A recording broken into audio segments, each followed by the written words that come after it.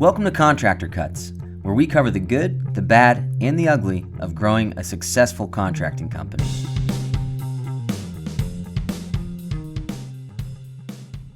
Welcome back to Contractor Cuts. My name is Clark Turner. I'm Jared Flo. Thank you for joining us again this week. So today starts part one of a two-part series where it's all about what you should be doing in the office and what you should be doing on job sites. Yep. And when should I go where? How much time should I spend in the office? How much time am I behind a computer? Whether you have an office or not, how much time are you sitting at a desk organizing, and what should you be doing there? And then also, when and how should you be on the job sites? How often should I go? When should I go? When should I not go? What should I be doing while I'm there? Right. So today is kind of where we start with a lot of people also is what we're starting with today, time management, right? And so if I know what I'm doing and not doing on a job site, my visit to that site goes from an hour and a half down to 30 minutes, right? And I saved an hour because, well, I don't have to do that. I don't have to do that. I'm going to do these things, and I got to get out of there, right? Well, and when it comes to time management, when we start with every one of our coaching clients, of the three fundamentals, time management is one of them. And the reason for that is everybody ends up being pulled into the field working in your company in some form or fashion. If you spend your time every day doing something that equates to earning you money, right? Writing an estimate, talking to a potential new client, going to job sites, all of those different things, that's working in your company. That's essentially, I am exchanging my time to earn money in the business.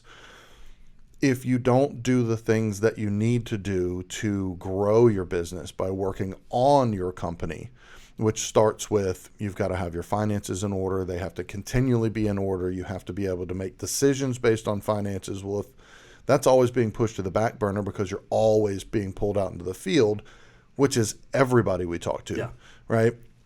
Then you're never going to get to the place where you can actually get off the hamster wheel and you see tangible growth. So the beginning of this is what we call day blocking, right? Time blocking is like individual spaces in your calendar where this hour I'm going to be doing this and this hour I'm going to be doing this, and but that's kind of organizing your time of when I'm going to be executing things. But on a larger 10,000 foot view, day blocking is this day is reserved for doing these things, and then these days are reserved for doing these things. And so with this, when we're talking about office versus job sites, you don't really need to organize your time. You're going to spend as much time as you want to on job sites, but you have to block out time to do the things in your office you need to do.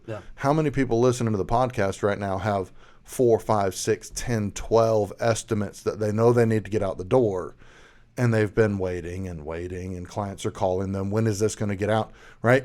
That's not getting executed because you're spending all your time in the field, and you haven't protected time on your weekly calendar to be in the office writing an estimate, doing your quick whatever it is. Well, so what we're talking about today is reclaiming your family time as well. Correct. Right? Because a lot of guys are, I'm on the job sites 5 days a week. This is so true. And then in the evenings, Saturday mornings, we see a lot of it. Sunday evening, whenever I have extra time, that's when I'm going to sit down and try and organize and write those estimates and make sure that materials are ordered.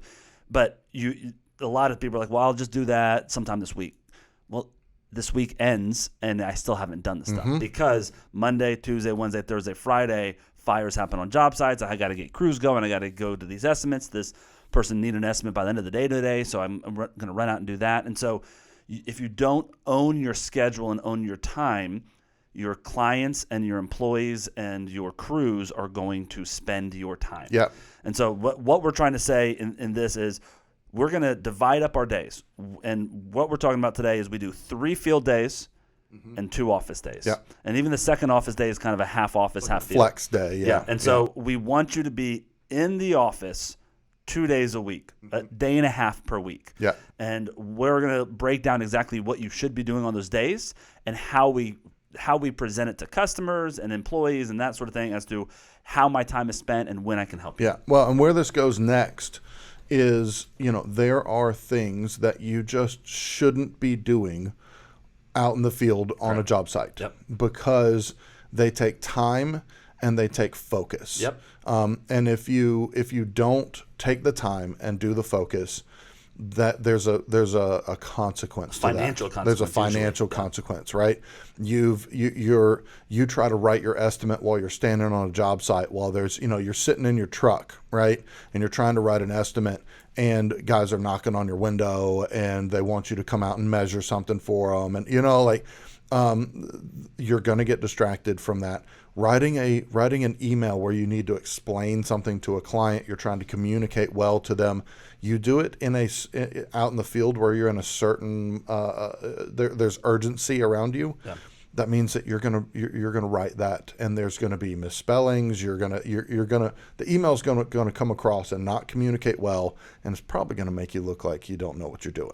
Well, right. So there's a bunch of those type of things that you need to protect and put into a place where you can focus and pay attention to them, and do the research and whatever you need to. And contractors are always trying to get onto the next thing, right? Like if I'm on a job site, my goal is to get out of there because I got another job site I got to hit. And so that mentality leaves a ton of space for errors on write-ups, on emails, on pricing, on change orders, all of the fly by the seat of my pants, running around like a chicken with its head cut off. I got to get to the next one. I got to do this. I'm always late.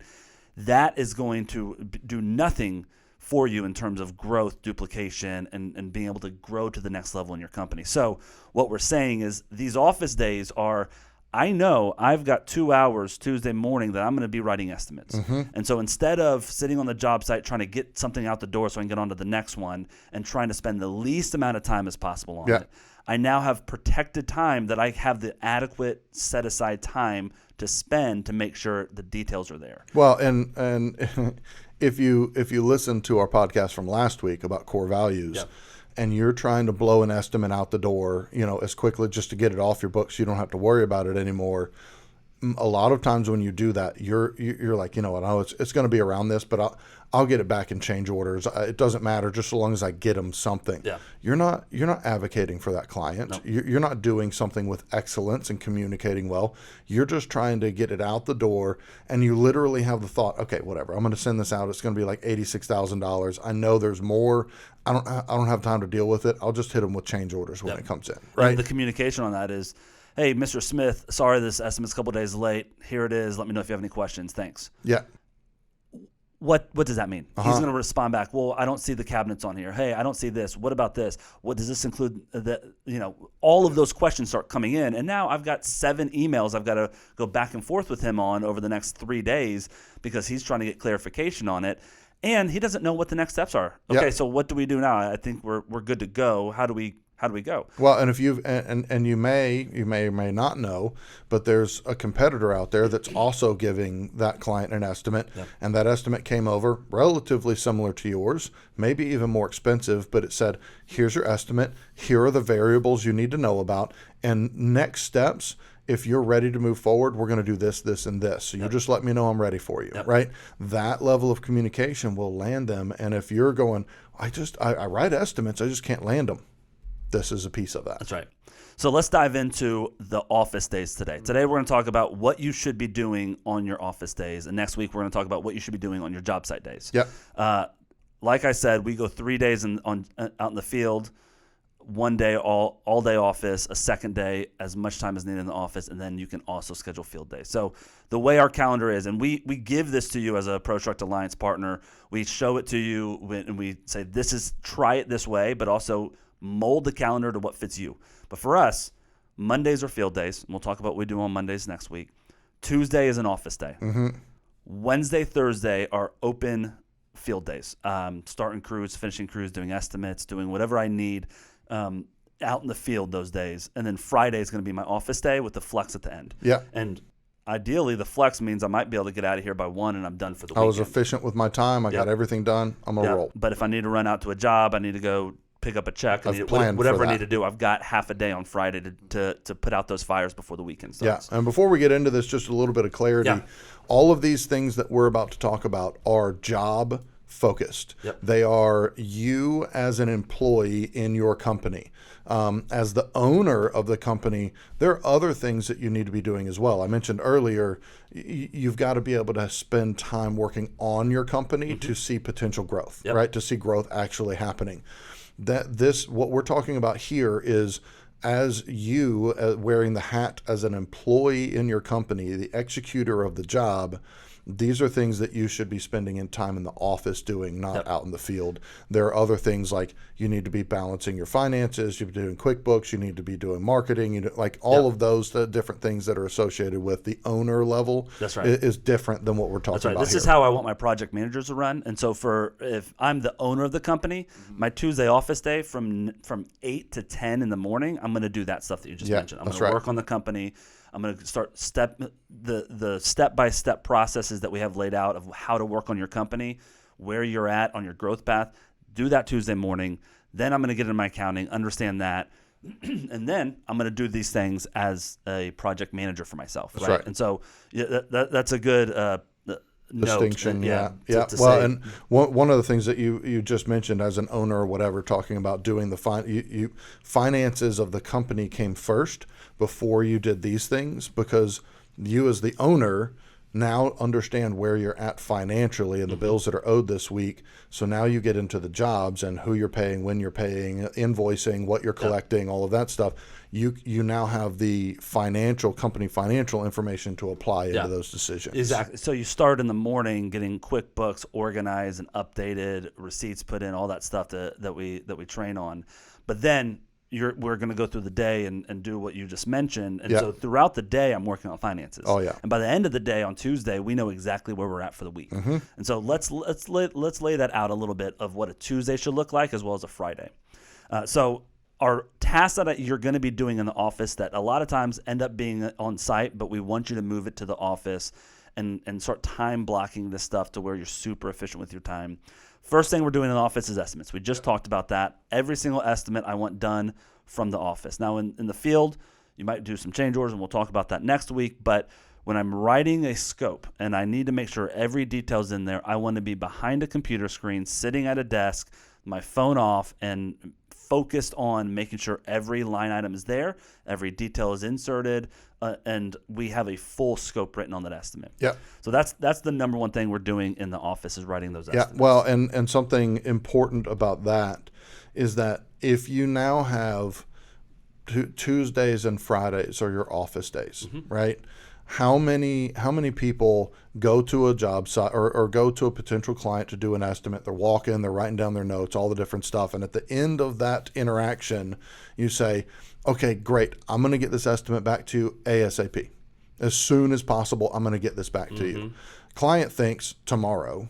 You think, well, I got this. It's probably going to be a week. Hopefully, right? Yep. And there's immediately miscommunication. But if you have organized that on Tuesdays and Fridays, you have space set aside to write estimates, and you go do a walk with a client on Friday or maybe even Saturday, right?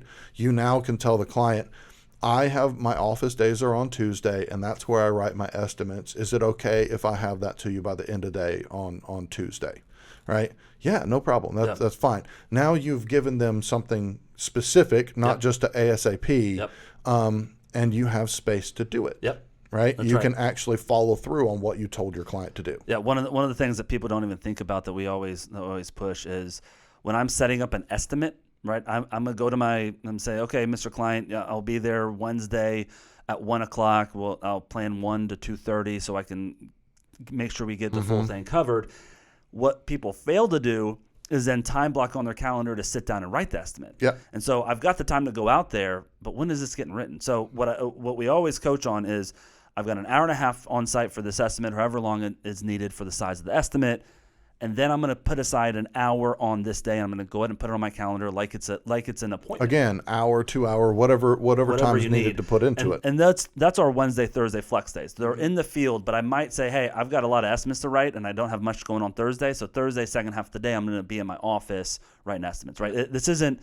I can't go in the office Monday, Wednesday, and Thursday. I can't go on a job site Tuesday, Thursday. It is to build consistency and make your time efficient. we want to keep those days as close as possible. Well, and there's nothing more stressful than being on a problem child job that's hard. It's requiring a ton of your attention, and you've got 3 or 4 or 5 estimates that you need to get out the door. And at the end of this job, this problem child job, you're probably going to be out of money and you need more work, but you can't get these estimates out the door because the job's taking all your time, right? It is super stressful to be in that space. And then you've got clients texting you, email, calling, like, hey, when is this I thought you wanted this, right? And it's super, super stressful. This is a simple thing that helps solve that. Yep. Setting up those time blocks to write those estimates. Yep. So estimates are written on those days. But more importantly, on Tuesday, the 2 things that I like to do on top of estimating is I'm marking complete what my crews did in the last 7 days to figure out what they've done, what they haven't done, and how much they're getting paid. And at the same time, I'm marking those same line items to invoice my client. That's right. And so what we do every Tuesday, the way that our pay scale works with our crews, anything you complete, Tuesday through next Monday gets marked complete on Tuesday. We cut checks on Wednesday and you get it on Friday. Yep. So anything you do Tuesday through Monday gets paid the following Friday. So it's about a week and a half delay on getting paid from the work you did. Yeah. And so we sit down on Tuesday and say, okay, in the last 7 days, yesterday was Monday all the way back through last Tuesday, this is what was completed. Let's use an example. 123 Main Street, our painters were out there, and we got halfway through the paint. It's a $10,000 paint line item, and I'm paying the crew $8,000. Right. Let's just easy numbers. $8,000 to the crew, $10,000 to the customer. On that, again, that's not great margin, but just for sake of numbers. Simplicity of numbers, I sit down and say, okay, we're halfway done with the paint. I'm going to mark this 50% done. And when I do that in the ProStruct 360 software, it creates a bill to pay for $4,000, half what I got to pay. At the same time, I'm sitting there saying, oh, great, so I'm going to mark this and invoice this as well. If I can pay my guys for 50%, I can invoice for 50%. And so for us, we don't give us 50% up front and then 30% halfway and 20% at the end. We take a deposit for materials and our pre-construction work, and then we invoice weekly as work gets completed. And so I sit down on Tuesday and say, okay, I think we're 50% done with the paint. Here's $4,000 for the crew, and I'm telling Mr. Client, here's $5,000 I need you to make payment by Friday on. Right.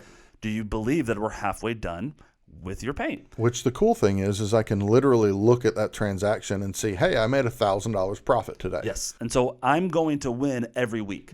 I'm going to spend less than I'm invoicing for. And so my goal this week is not looking at the full year and the full month and the last 3 months. This week's small goal is I'm going to end up on the positive for this week. Yeah. So I'm paying $4,000 out. I'm invoicing for $5,000.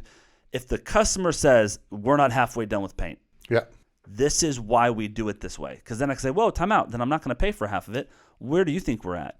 He goes, I know that, we walked it yesterday and you said by the end of the day they get done, but your crew left as soon as you left yesterday. Right? Right. Oh, they didn't do the basement. They told me they did. I'm so sorry about that. So I'm going to walk this back and I'm only going to invoice 30%. Does that sound fair, client? Yes.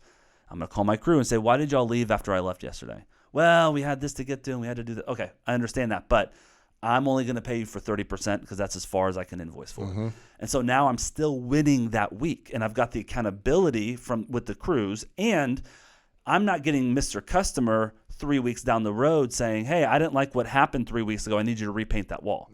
I'm getting their buy-in, signing off incrementally as I'm invoicing, saying, yep, that paint looks great, halfway done, we're done with the basement, now we just got to do the main floor, whatever it is. I'm getting that buy-in. So Tuesdays, I'm sitting down, I open up every job card, and I'm looking every line item that we've worked on this week, who am I paying, how much am I paying, and what am I invoicing for, and can those match up? Right. This is the accountability we need to where we don't pay our crews too much, and then at the end of the job, we have nothing left to pay them, but they need money to show up on Monday.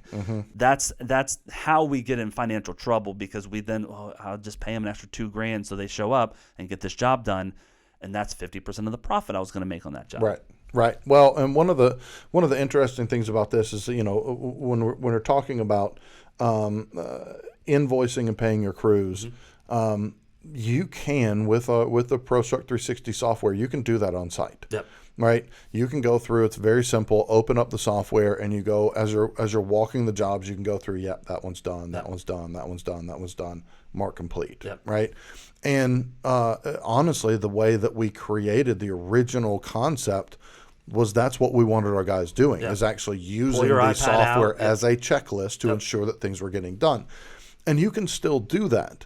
But when it comes to invoicing is something that takes time and it needs focus, right? You need to make sure you're not sending something over to the client that is not accurate. You don't want to send over a gravel delivery because you just clicked the button and weren't paying attention and sent it over to them, and they go, "What do you mean gravel? The gravel's not even on site yet, right?" You by trying to expedite it by doing it on site, you sent this with an inaccurate invoice to the client, which means your client's going to be like, "Can this guy handle the details of my job?" Yeah. Right. And just like estimates, that invoice is going to go over and be like, "Here's your invoice for this week. Thanks. Get this paid as quick as possible." Yeah. Right. And it's not communicating well. When it comes to invoicing, it needs time and it needs focus. And because the way that we coach and train people to do is that when we can pay, we can also invoice. We batch that together and just do it all at one time in the office. Well, I think part of that too, of why we shifted from standing on site, cutting checks and doing it there versus coming back to the office and lining it up and making sure it's all accurate, is how many of you listening have crews standing next to you saying, "Man, I need $2,000 this week. I need $2,000 this week. I got to have $2,000 this week." Some kind of sob story. Yeah. And you say, "Okay, great." And you're negotiating with that crew to pay them how much that they want. Right. Not how much work that you've got completed. and it's really easy to do because you can look at, using your example, the 10,000 and 8,000. Well, I've only paid the guy $4,000, right? I've got 4,000 left. I can go ahead and pay him the other 2,000, give him what he wants. He'll be happy, and I still have 2,000 left. Yep. But you're behind. Yeah. You're behind. You've paid him in front of what's been executed on the job site, and if something happens out of your control, he has an issue, he can't come back and finish and whatever, you now don't have enough money to come in and take over and get the job done. Not to mention, even if nothing happens to him and he still shows up, when he gets to 75% done, he's going to need $2,000 more. And so I paid that $2,000. Now I've paid him all $8,000 that I owe him, but we got 25% of the job left. Yeah. Right. And so what's going to happen that third week when he finishes the job and says, "I need to get paid this week"? You're either going to pay him out money because you want to save the reputation with your client, right?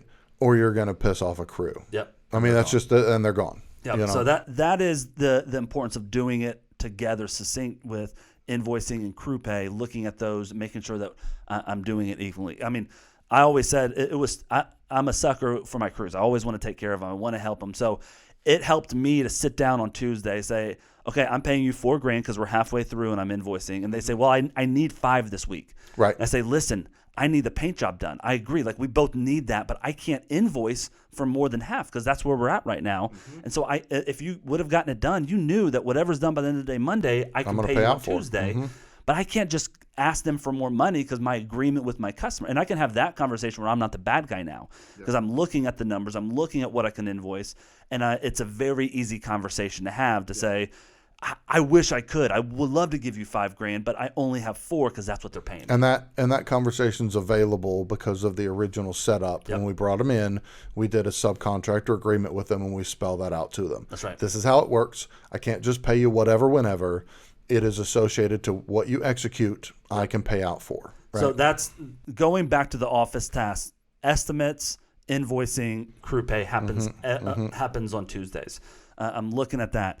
Next, I'm going to organize my jobs, and we'll go into daily actions of how to do this. But what I want to do on every single job on Tuesdays is I want to look at the Gantt chart and the schedule. Yeah. What needs to change? Who needs to be assigned? What's happening next week? What's happening the rest of this week?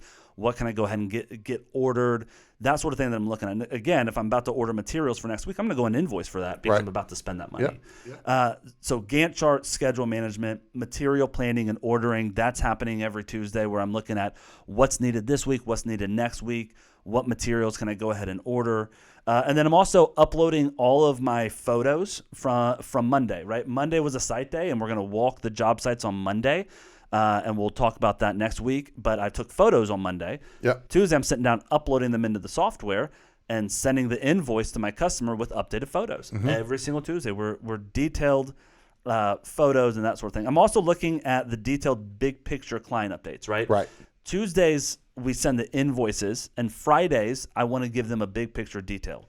And so what that means is Tuesday is, this is what was completed, this is what's done, this is what we're getting done this week. Let me know if you have any questions. Here's the payment link. Get this paid by Friday, please. Let me know if there's any other issues. Then on Friday, I'm sitting down saying, okay, big picture. This is my second email of the week. This is what happened. This is what questions I have. What about this? This is what's going on in the next 2 weeks. Let me know if you have any questions. And so those are my two communication points. And doing that communication well, it really dictates the temperature of your client.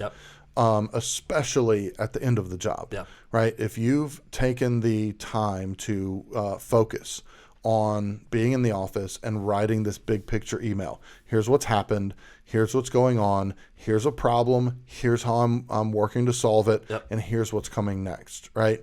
That takes time to kind of think through, to spell out well, where you don't sound like a buffoon that's just rambling in text or whatever, right?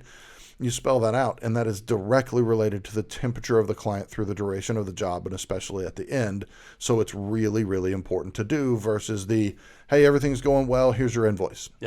That's not helpful. Correct. And along with what you're saying, I think one of the biggest aspects of doing that on Fridays, the big picture emails and the invoice update emails on Tuesdays, is we'll one-off guys, and we'll hear from our project managers. Well, I've been on the job site 4 times this week, and I've talked to the client every single time I'm out there. They're good. They know what's going on. Right. That's great that you think they know what's going on. You have no writing, no evidence to show them that actually I did tell you that stuff 3 weeks ago. Because when jobs go sideways, the CYA track record of everything that you have said on Tuesdays and Fridays to them says, listen, Mr. Client, I did tell you about that last Friday, and you didn't want to move forward with it. I did tell you that it was an issue that we was going to need a change order. I did tell you this, remember? Just a simple miscommunication of I said this, and what I thought was based out of my experience, they heard it from a different lens and thought something completely different, but I have no record. If I spell something out in an email, this, and this, they're going to go, wait a minute, that's not what I'm thinking, right? And now I have record of it. We were walking a job site with 3 table saws going. Obviously, there's stuff that they're not going to hear. And they're looking around, looking at their new kitchen that's halfway done, and I'm telling them information, and they're not catching most of it. Correct. Right? And so that's going to happen is we want the communication on site when we're walking it and that sort of thing. I got to have 2 emails a week. I need my invoicing email with updates on Tuesdays, my big picture detailed emails on Fridays, every single time during the office hours. Yeah, well, and that I think that goes along with our 1 in 10 rule, right? 1 out of 10 jobs, I need documentation to back me up to save me money. Right? And 9 out of those 10, you're doing the emails, you're doing the thing, everything's fine, right?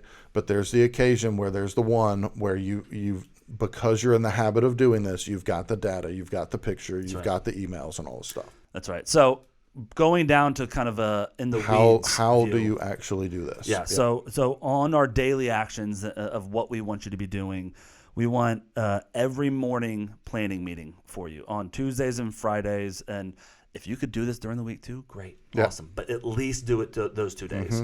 We want you to look at the schedule for the day, for the next 2 days, and understand, what am I doing today? What's tomorrow look like? What's Thursday look like? And then I want you to reply to all your emails. Any email that's there. For us, I star emails all week, right? I've got one. I need to get back to this. I'm going to hit a star. And so when I sit down Tuesday morning, I'm going through my starred emails as well as all my unread emails, and I'm making sure that I get back to everybody sitting at my desk. Now, Sometimes a start email is from a client about a job. I'm going to skip that one because the next thing I'm doing is opening up every single job card that's on my screen. That's right. So as a project manager or as the owner who's project managing, I'm going to open up my very first job card and I'm going to look at it and I'm going to ask myself these 3 questions. 1, what info can I push to the client that they currently don't know? Right? What do they not know about this job? What can I push to them? I'm looking through it. I'm looking at my job card. I'm looking at all the job items. I'm looking at my notes that I made when I was out there yesterday. What do they not know that they need to know? Yeah. Number 2, what info can be updated in the software to make it more accurate? Okay, well, the paint or the sheetrock took an extra couple days, so I'm going to move the paint to Monday through Thursday next week. When I do that, that sends a new work order to my paint crew with updated dates. Right. I moved it to a different time because that's the accurate time they're going to be out there. Now they have paperwork that says so. Yep. Right. I'm going to make sure all of that information is updated to where it's very accurate. Maybe we change the lockbox code because a crew got fired. Let's update that in the software. Let's make sure that the job card is clean and everything is accurate. Well, and as a one-man show, you're the owner and a project manager. It's not really a big deal, right? But when you get employees and that employee wants to go on vacation, that employee has a family member pass away, right? And somebody needs to come in and be able to take over the job. Them doing this on a daily basis is what allows that to go smoothly, because you know that the software is updated, the data and information is there, and you're not having to call them while they're at a funeral or while they're on vacation, right? So the practice now, you as the owner who is also a project manager, getting into the practice to doing this, then it becomes the way that you train your employees when you hire them. You're right. It's not mandatory now, but for me, when I was a one-man show owner running these systems, it was mandatory for me because I would wake up at 1 o'clock in the morning. Oh crap! I never ordered that dumpster. Oh crap! I mean, I feel like I had a notepad next to my bed because from like 11:30 till 2 a.m. It was I didn't get back. I didn't do. And so it's all of that stuff that I'm catching by Tuesday morning, sitting down, looking at the job card. What else can I do? Oh, I'm going to go ahead and order that dumpster. That's I can invoice for it and order it. Great, let's get that done. Right. And so I'm starting to go through and I'm putting out fires. This is the proactivity that we keep talking about. I'm not going to reactively, oh crap, I got to beg my dumpster, got to get out there the same day because I forgot to order it. And that's the fire that I created. Instead, Tuesday I went ahead and ordered it for next Monday. Well, that's what goes into the third question. What can I do that by nature of doing it will make this job go faster to the finish line? Correct. Right? Correct. You know what? I'm going to go ahead and order that switch out of the dumpster. I'm going to go ahead and order my templates to be done for my countertops. Right?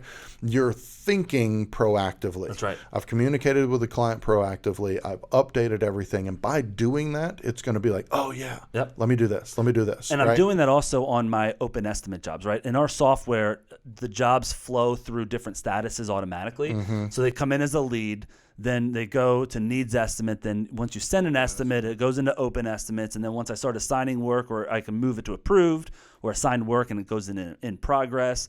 But no matter what state it is in, from lead all the way through paid, I've paid and dead, I'm done with. Right. Right. Yeah. Everything else, I want to open that job card up and see what can I do to move this along. Even if it's an estimate, hey, just checking in with you. Touch base with the client. I hadn't heard from you since last week. Want to make sure I didn't miss anything. Let me know if you have any questions. Great, I moved that along. Is there anything else I need to do on that? Right. Yeah. And so every single job card, I'm doing that. People say when we get to this part when we're coaching guys, they're like, I don't have time to sit down and look at every single job that's in my software. Well, you're going to do that stuff. Right. Do you want to do it proactively when you can sit and take care of it all at once? Or do you want to get cut by, paper cut by paper cut over the next 7 days with people calling and needing this information from you? Well, and it's interesting. I just had this conversation with one of my coaching clients, and he's really started applying this. And he just recently dropped the ball and quit doing this and was back in the weeds. And the last time I talked to him, he's like, dude, it feels so much better. I'm back in. I'm doing this.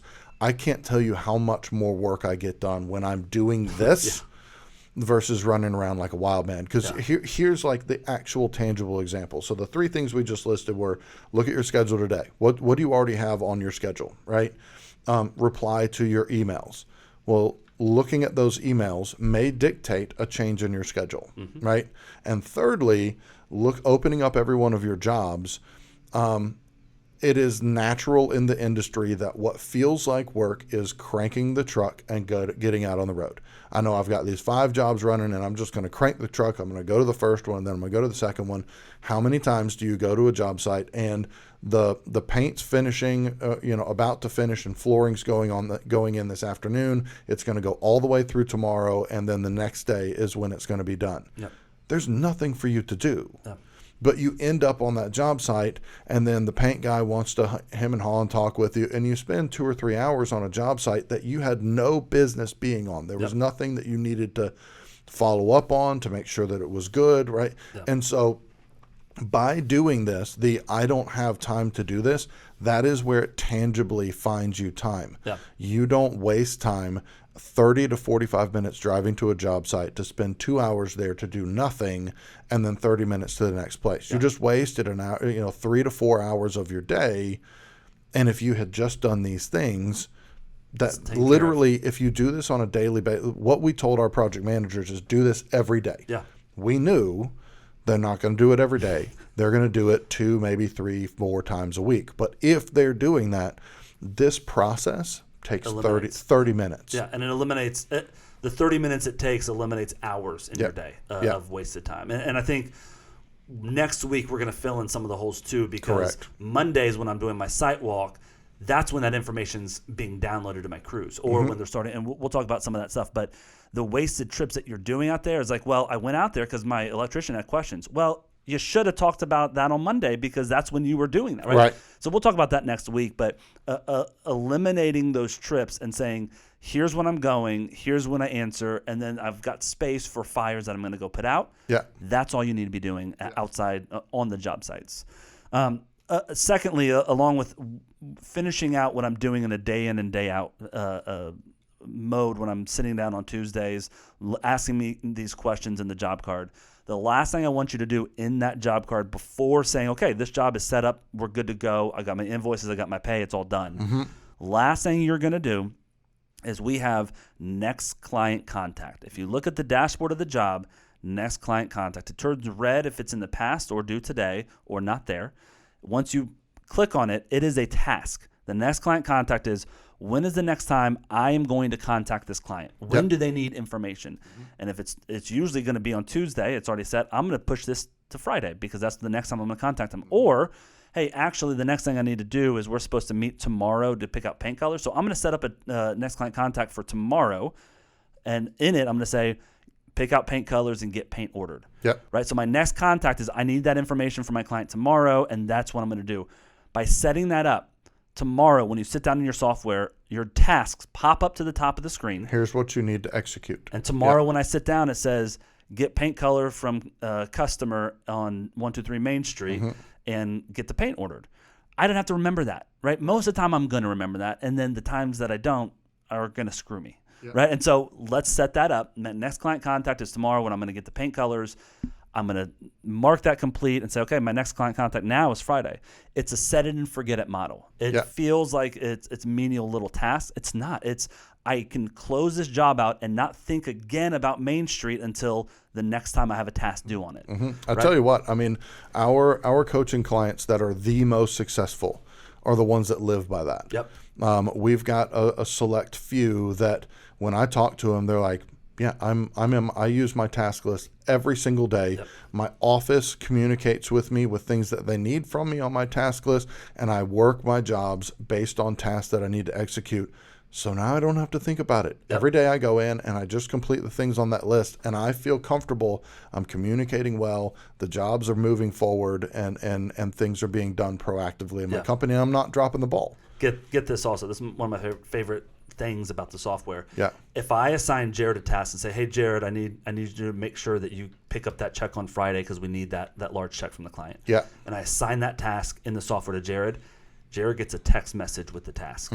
And it tells him what I need on it. And then when he sits down, the text message comes from our software. And our software has its own phone number that you put into your phone. But that task that I assigned to Jared is now texted to him. So he knows, oh, okay, Tuesday I need to do that. Great. Or Friday I need to go pick up the check or whatever it is. And that way, he sits down at his computer, and it's there as a task as well. So he got notified as soon as I assigned him a task. So it's in his brain. But then when he sits down, it's sitting there waiting for him. Yeah, yeah. So ensuring the next client contact tasks are all set up. And then the last thing I'm going to do on my day is I'm going to look at tomorrow and the upcoming field days that I have. On a Tuesday, I've got Wednesday, Thursday, sometimes Fridays, field days.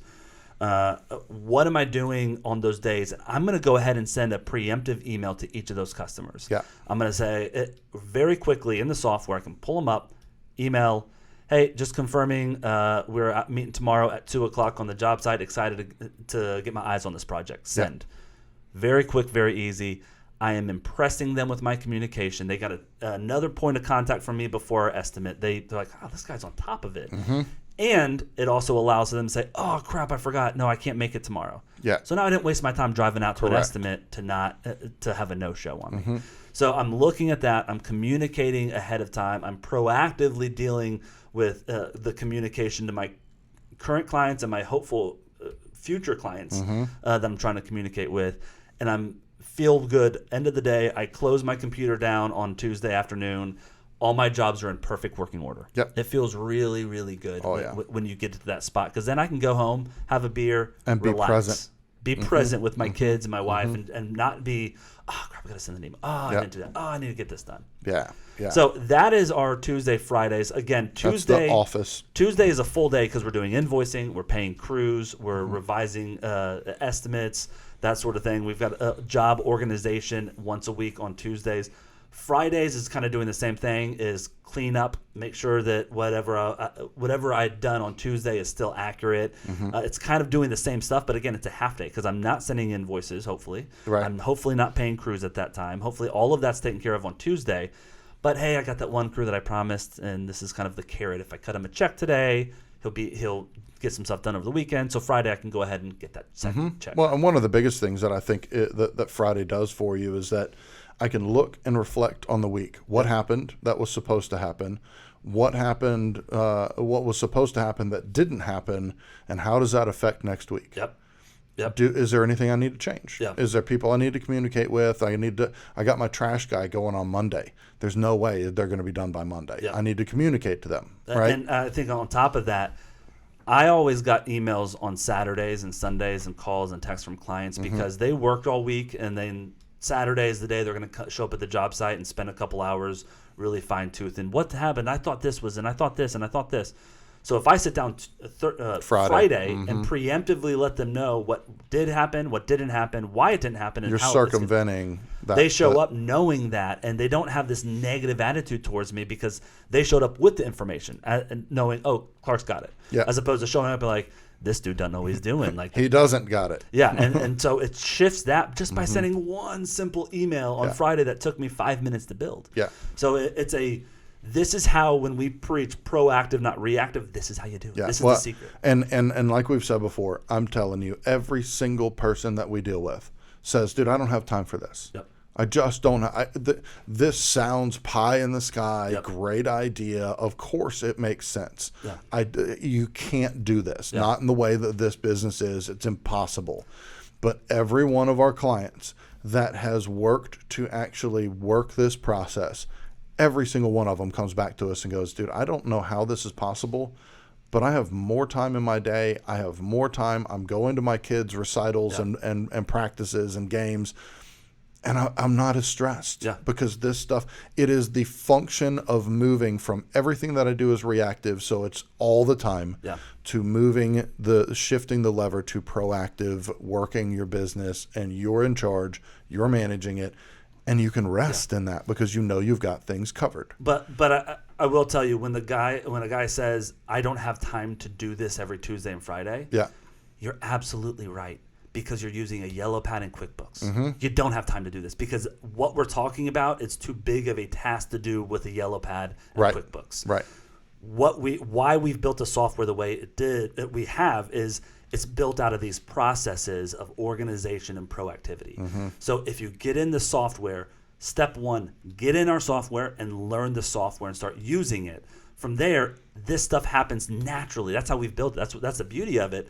Because then you will have time. You'll have more time by doing this than less. Yep. But you're right. In your current systems that you've set up externally right now, I bet you don't have time to do this. I get that. Let us help you transition to being able to find and own your time again and get that free time to where you can hire new people, spend more time with the family, make more money, say yes to more jobs, and have a good reputation because every client's enjoying working with you. Right.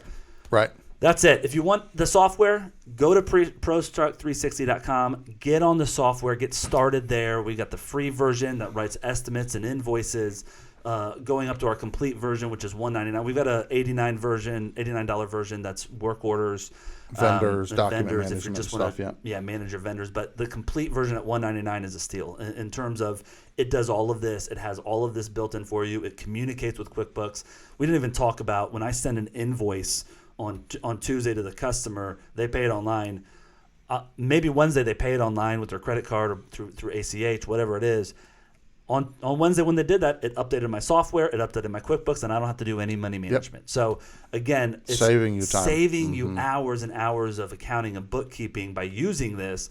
And by setting up these schedules on Tuesdays and Fridays, you can manage your money, manage your time, manage your crews and customers' expectations.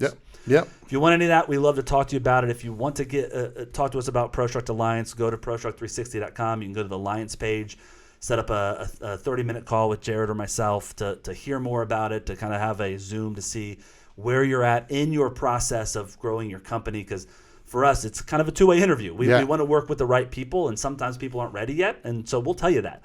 And sometimes it's like, hey, this is what you need to do before we're ready to work together. Yeah. And so that's a great free conversation we like to have with you, kind of assess your company, see what's going on.